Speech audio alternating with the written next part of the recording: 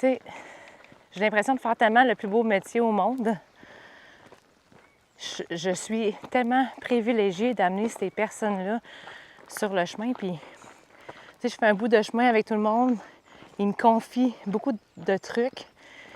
Puis, je trouve ça merveilleux, les prises de conscience qui se font sur le chemin. C'est beau à voir.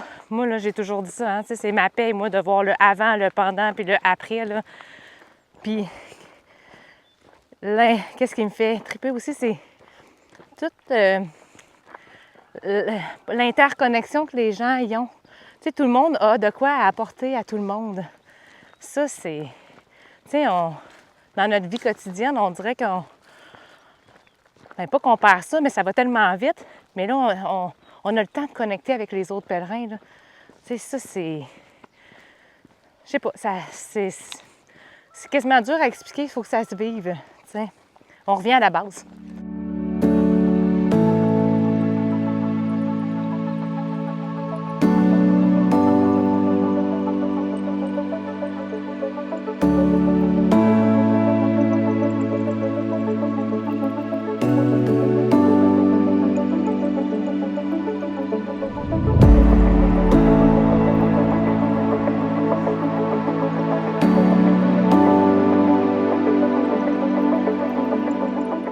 Tout ça débute il y a 15 ans, grosso modo, lorsque Francine et moi, on s'est connus. Elle m'a invité à un souper chez elle. Notre premier souper, c'était des coquilles Saint-Jacques. Mais là, elle me dit, Michel, j'ai de quoi te montrer. Ouais. Elle dit, j'ai une vidéo, elle dit, de Marcel Leboeuf qui a fait Compostelle. On va souper et on va regarder ça. J'ai dit, c'est parfait. Compostelle, j'avais déjà entendu parler de ça, mais pas tant. Je savais que c'était une marche, mais ça ne me disait rien. Pour être bien franc. On a regardé cette vidéo-là. Là, elle me demande, elle dit, qu'est-ce que tu penses de ça? J'ai dit, ça, là, ça m'intéresse, mais pas là. Mais ça se peut pas qu'on fasse pas ça un jour. En tout cas, que moi, je le fasse pas. Si on n'est plus ensemble, je vais peut-être le faire seul, mais je tombe en amour avec ça. Fait que de fil en aiguille, ça a été reporté d'année en année en année. Puis là, j'ai dit à Francine, là, en 2000, puis Francine aussi, en 2023, 4. Là, j'ai dit, il faudrait commencer à y penser. Bien, en 2019, j'avais lu le livre, le roman d'Amélie Dubois, La fois où j'ai suivi les flèches jaunes.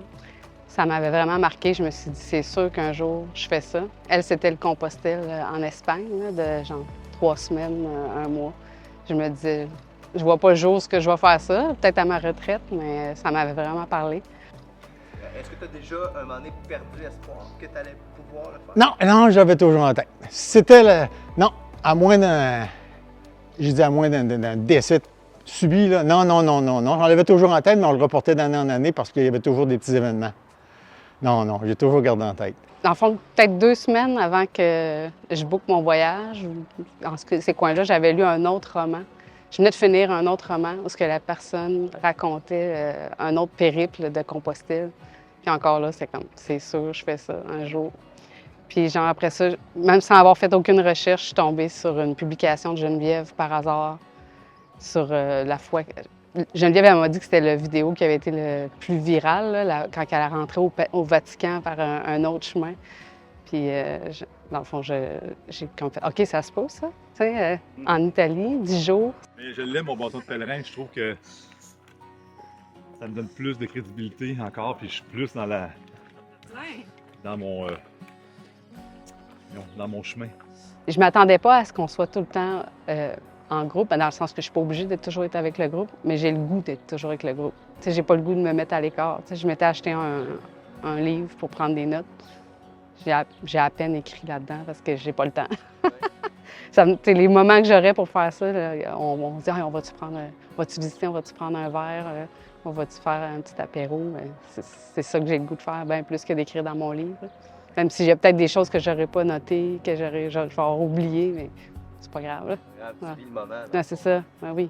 Certaines personnes avec qui j'ai connecté vraiment bien, puis c'est le fun. Puis on dit qu'à chaque jour, je parle avec des gens différents, puis on parle de choses quand même intenses, de ce qu'on vit, de nos peurs, de tout ça. C'est pas... on parle pas de la pluie puis du beau temps, là, donc c'est vraiment... c'est des conversations qui font sens, là, ouais.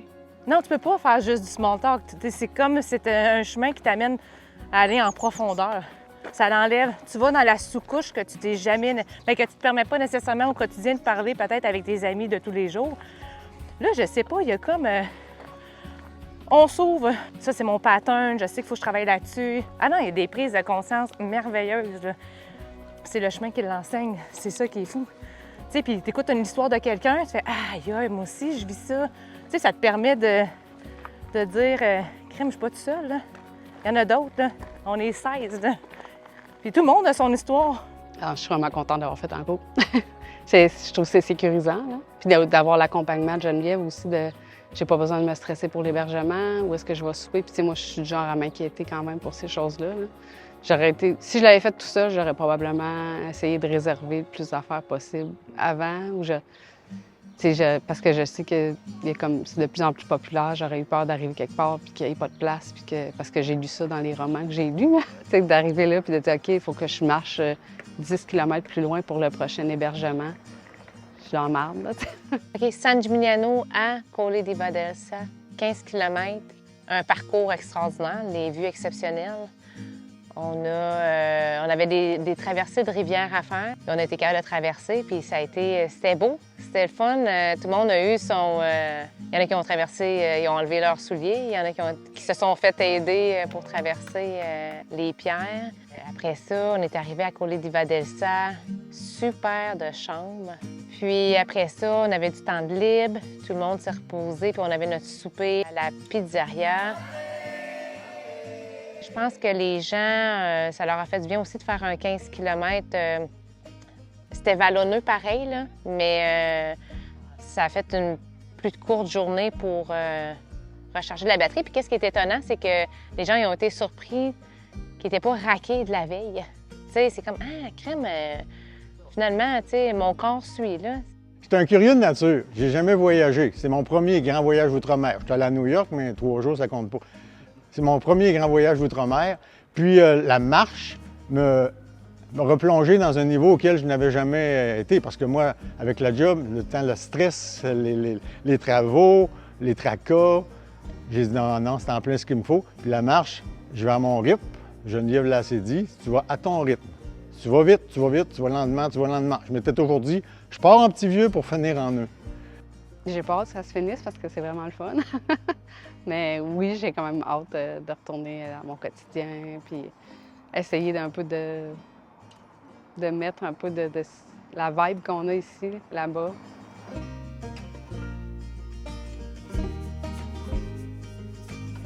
Mais ça va m'avoir transformé parce que des fois, je sais pas, je suis dans le champ où je trouve que c'est monotone un peu, puis là, je vais penser « Ah, si je suis en Italie, ça doit être comme ça. » Ça va m'avoir transformé, franchement, là.